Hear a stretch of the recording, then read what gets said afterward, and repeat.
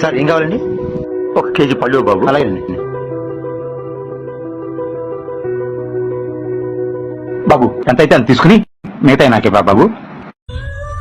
సరే 100 అయింది, 500 ఎందుకు వేసేద్దాం. ఇదిగోండి మిగతా డబ్బులు. వెళ్ళేస్తా బాబు.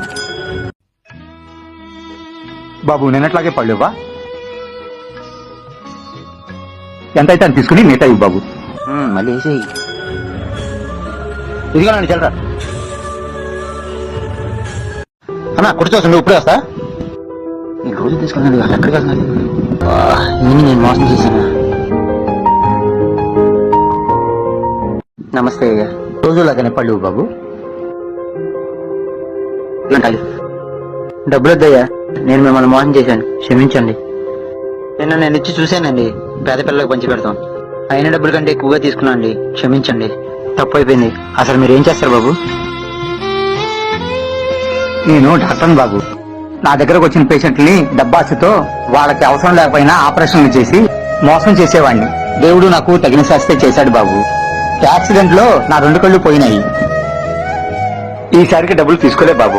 ఎప్పుడూ నిన్ను నమ్మిన వారిని మోసం చేయకు. మనం చేసిన తప్పులకి శిక్ష అనుభవించక తప్పదు. నన్ను చూసావుగా, గుణపాఠం చేశాడు ఆ దేవుడు. ఇక నుంచి ఎవరిని మోసం చేయకు, సరేనా?